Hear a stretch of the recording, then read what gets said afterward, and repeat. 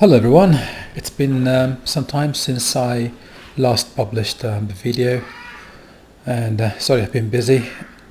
Alright, so wanted to talk about this very important topic, which is the impact of wind turbines or wind farms on radars. Specifically, I'm talking about primary surveillance radars and secondary surveillance radars. So this will be video number 1 on this topic, because my plan is to talk about the quick analysis that you can do to establish whether it fails or it passes.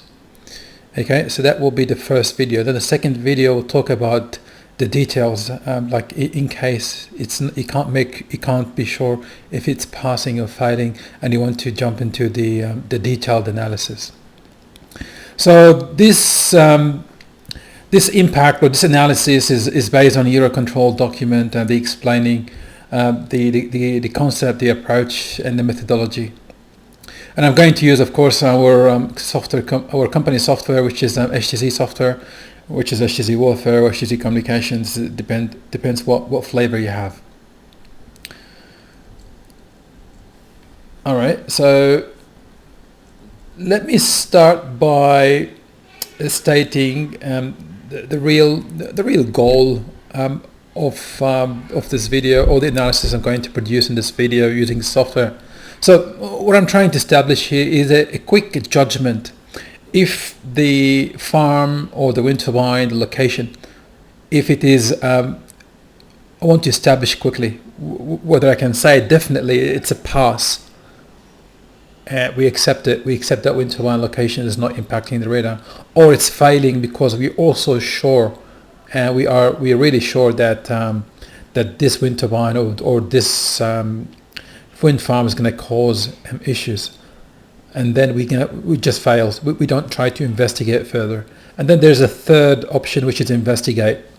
So pass is definite pass, fail is definite fail, and then investigate means we have to do detailed analysis. And we have to establish if it's really impacting or not. Okay, and then you can do sort of mitigation, stuff like that. Now, for failing, there is a possibility for mitigation, like if you bring down, for example, the height of the wind turbine, if it goes beyond line of sight. So we'll talk about this later. But here, what I'm trying to establish is if I can produce analysis, a generic analysis that I can quickly evaluate if that wind turbine is likely to pass or fail, or likely I need to go with a further in-depth investigations, and that's where you need a report, you need a professional analysis, and so on. So what my goal today is to help you quickly decide if that wind turbine is gonna pass. You can accept it, go ahead, accept it, or it's failing, go ahead and reject it. That's my goal. So this is from Eurocontrol, from the document. You can see the reference in the bottom. In the bottom there, so how to assess the potential impact of wind turbines, surveillance sensors, and including radars and so on. So the Eurocontrol talk about two types of radars.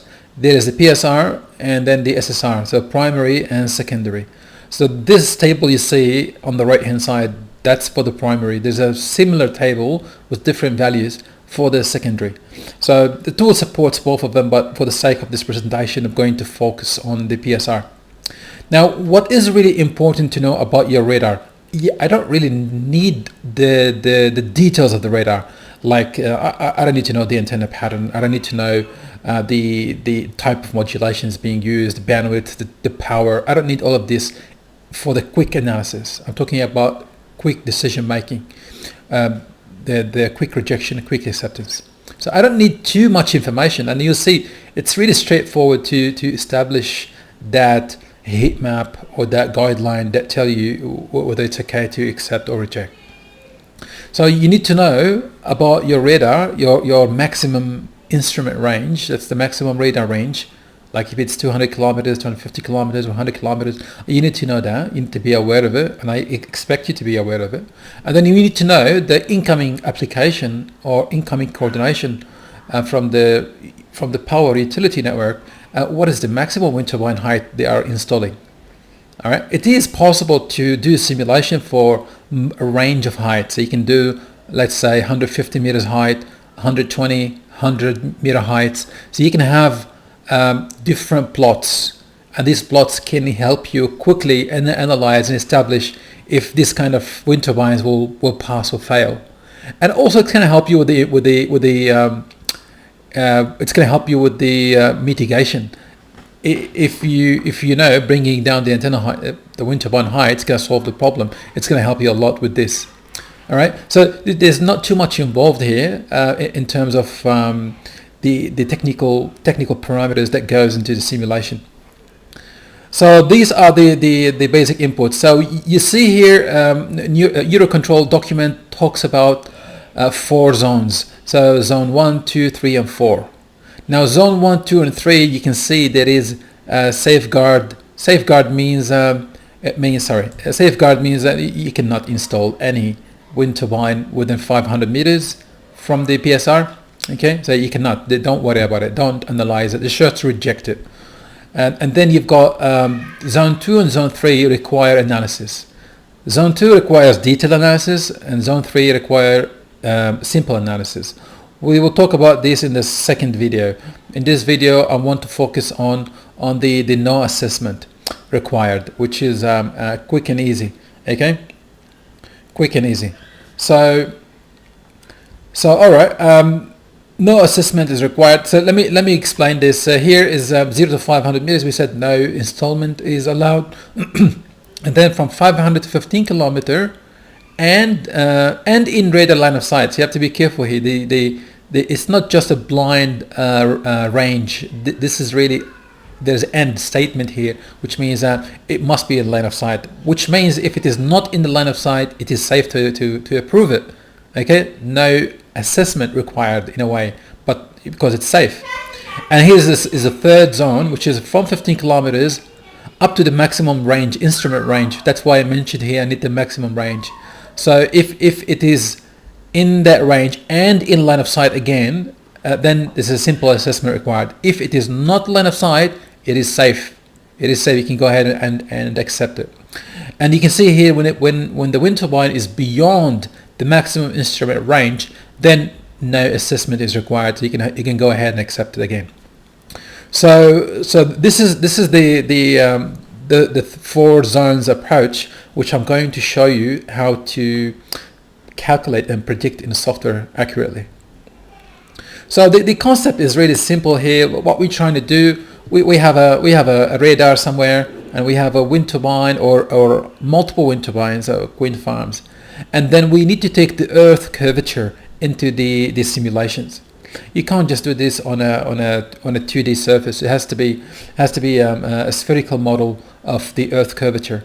And we're going to take into account, of course, a digital terrain model, because the digital terrain model is the factor enabling the usage of that technology, because the terrain can act as a barrier, as a natural barrier, and it can block line of sight, and that's when it becomes possible to deploy a wind turbine, because it's shadowed by a terrain, and that means it depends on the location of the wind turbine and the location of the radar itself. So it's really easy. The software is going to draw a line, something like that, and then it will check if the elevation, if the elevation of the maximum elevation of the wind turbine is within line of sight. So that's the concept behind it. We're going to use the Earth curvature, the digital terrain model. We're going to use the line of sight analysis, and then establish these 4 zones. So this is a bit of more explanation. Just to quickly, this is logical approach. So if no line of sight between radar and a wind turbine, pass. That's it. Anywhere beyond 500 meters. So if there is no line of sight, and I'm talking about the tallest part of the wind turbine, so the blades. So the blades, you need to make sure the blades are not visible. Okay. So if there is no line of sight between the radars and the wind turbine, then pass. There's no assessment required. It's going to be green. Okay. So this is green. Will be he can accept it. He can go ahead and accept it. So if the separation between the radar and the wind turbine is between 0 meters and 500 meters, we said right away you reject it. Doesn't matter line of sight, no line of sight. It's just too close. It will be rejected. Now, if it is between 500 meters and 15 kilometers, that's where you need to do detailed assessment.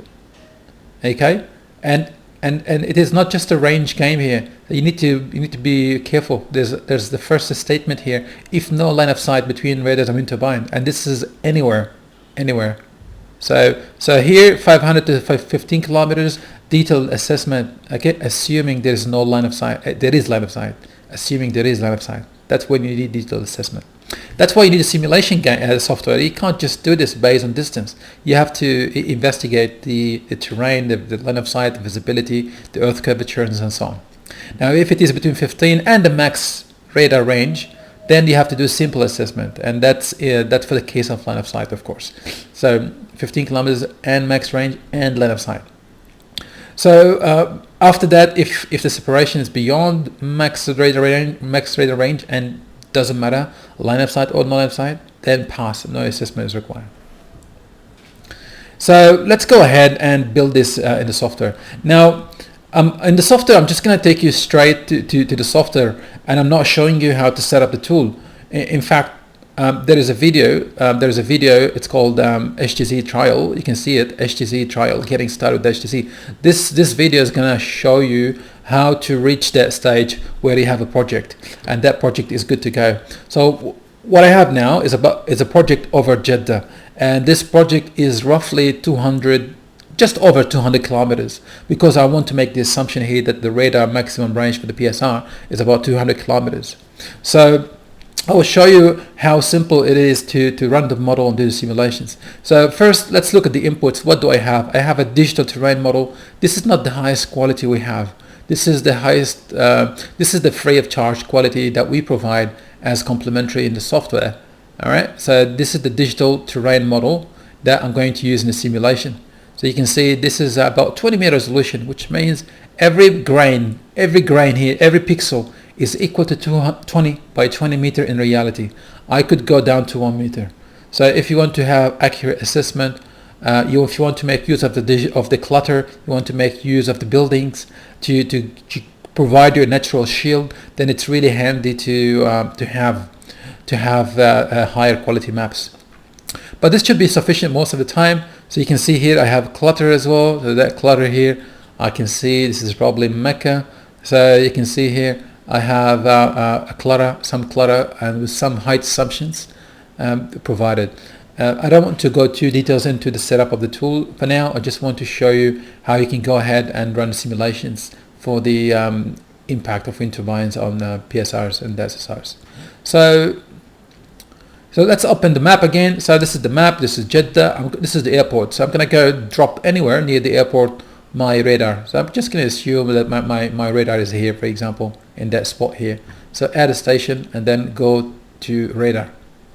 So the radar, there's so many parameters in the radar, but if my goal is just to do this quick assessment, pass, failed, investigate means please give me a report. Okay, pass, failed, it's easy. It's white and black. So that's what I'm aiming for, white and black. So I don't need to know too much about the radar, really. So I can put the radar like frequency, like let's say 1700 frequency, and then antenna height, let's say 15 meters from the ground, and then 250. It really doesn't matter all these parameters for me. So what I really care about is the antenna height. Antenna height is very, very important for that radar. Antenna is going to be omni, and then all these different parameters there, I don't worry about them for this analysis, for this basic analysis. We'll come back to this in the next video. But for now, what I need to do, I'm going to use the help of software, put 200 kilometers here, 200 kilometers, and hit OK, and that should draw a circle. So this is a 200 kilometer circle of the radar. So to enable this, normally you need to go to object properties, and then you need to make sure this one is checked, display extended radius. So that's it. I have a radar site now with the height set up correctly. The height is set up correctly. and I estimated the range of this radar to 200 kilometers. I have a digital terrain model loaded, clutter loaded, everything is loaded. Now to run a simulation, it's really simple. You go to the radar, you click on the radar, and then you go to coordinations, and then you go to the PSR, SSR, safeguarding range. You click on it, and then you put your wind turbine height. So I said before that you need to know the wind turbine height. You need to know if it's PSR or SSR, and I should add here radar antenna height. So I need to know their radar antenna height. The wind turbine, I'm going to assume the wind turbine is 120 meters tall from ground to the top of the blade. Okay, so the max radar range is 200 kilometers. So it's user input. That's why I didn't worry too much about the detailed analysis, or like the RCS and the modulations and repetition, and I didn't care about all of this because I'm going to define it myself, the maximum radar range. So 200 kilometers, and then we have two types of radars, primary and secondary. So I'm going to go with the primary, and that's it. So 3 inputs: 120 height, 200 kilometers range, and then PSR. You run a simulation, and then the tool will go ahead and run a simulation for you 360. So the software is assessing the profile to each pixel, and it's going to assume at each pixel there is a wind turbine 120 meter height, and then it's going to check the line of sight.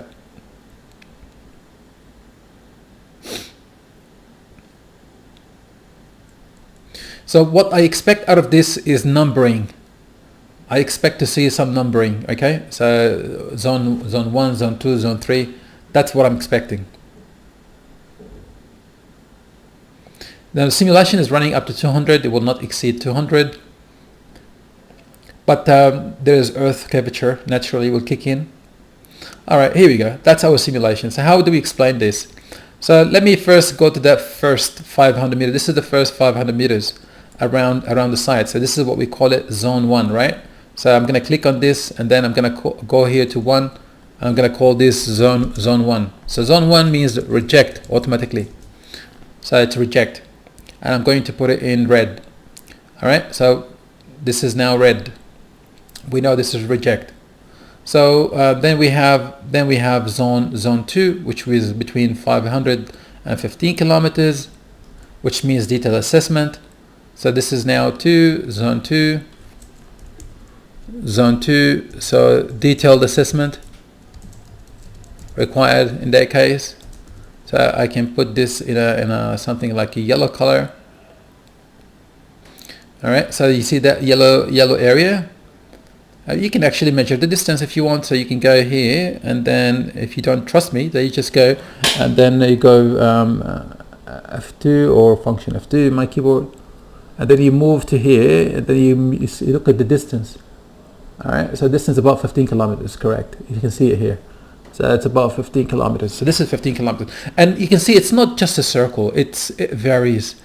Sometimes you see it is changing based on the line of sight, and I can show you once we finish this coloring, I'll show you how to verify this.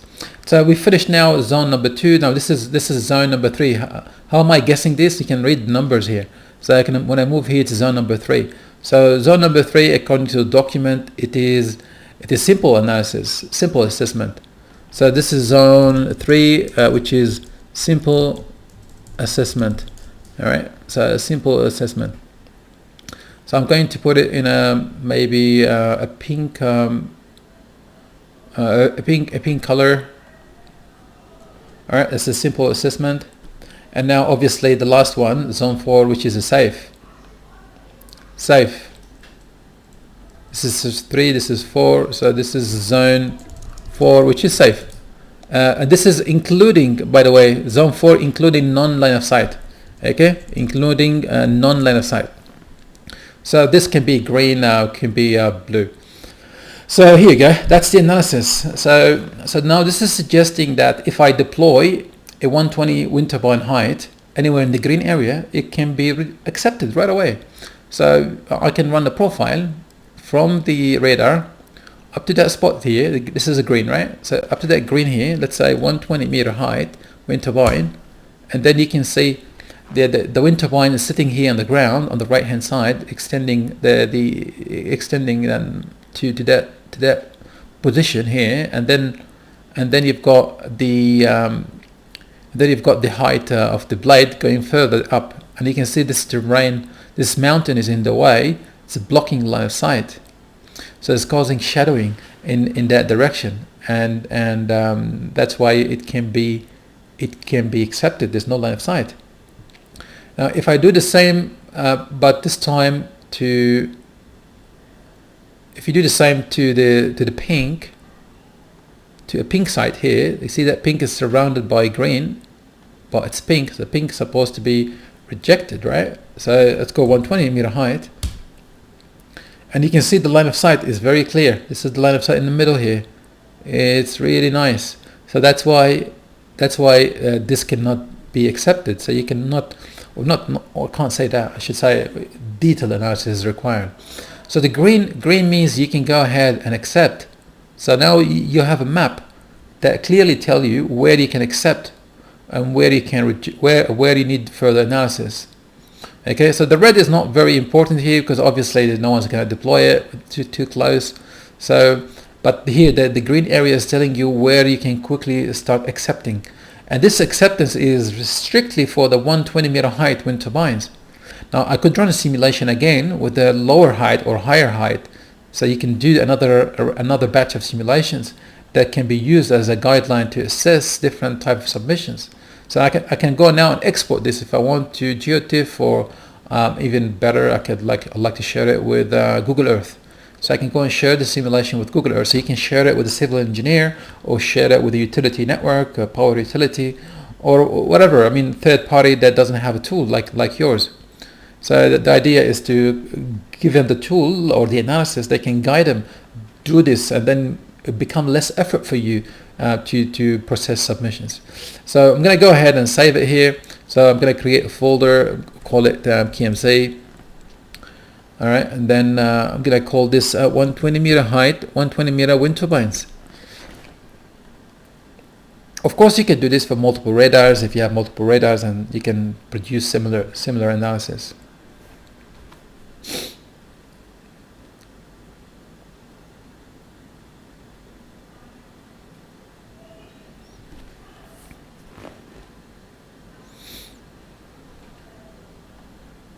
So once it's done, the software is going to call Google Earth to load and display the same analysis, but over there.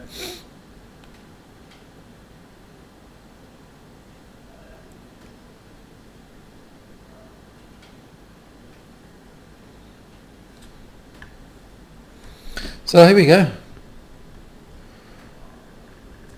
That's the wind turbine. Sorry, that's the radar, PSR radar, and these are the 4 zones. So zone 1, zone 2, zone 3.